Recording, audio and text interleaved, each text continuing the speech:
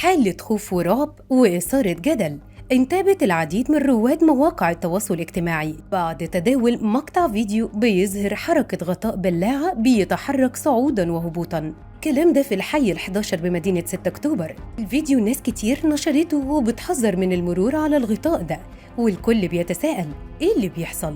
خاصة إن بعض الأشخاص أثاروا رعب الناس بالحركة دي وكأنها نهاية الدنيا أو إنها بتستبق زلزال عنيف بعد ما شهدت مصر زلزالين خلال الأيام اللي فاتت. لكن حقيقة الأمر بالرجوع للمختصين من المسؤولين، صور الدكتور مصطفى عرندة مدير الإعلام بجهاز مدينة 6 أكتوبر فيديو بيظهر غرفة محبس هواء رقم 9 لخط طرد قطر 800 ملي بالقرب من البلاعة.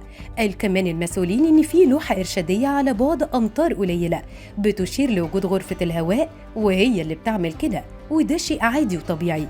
كمان أوضح إن الحركة دي طبيعية وبتحدث أحياناً لحين تحقيق توازن داخل الخط، وبتنتهي دون خطورة على المواطنين أو السيارات المرة. أضاف كمان إن الغطاء في غرف الهواء لا يكون محكم الغلق، فهي منفذ للخط، وإن قوالب الحجارة التي تظهر في الفيديو وضعها المواطنون. وأكد كمان إنه تمت معاينة الموقع للتأكد من عدم وجود أي خطورة على المواطنين.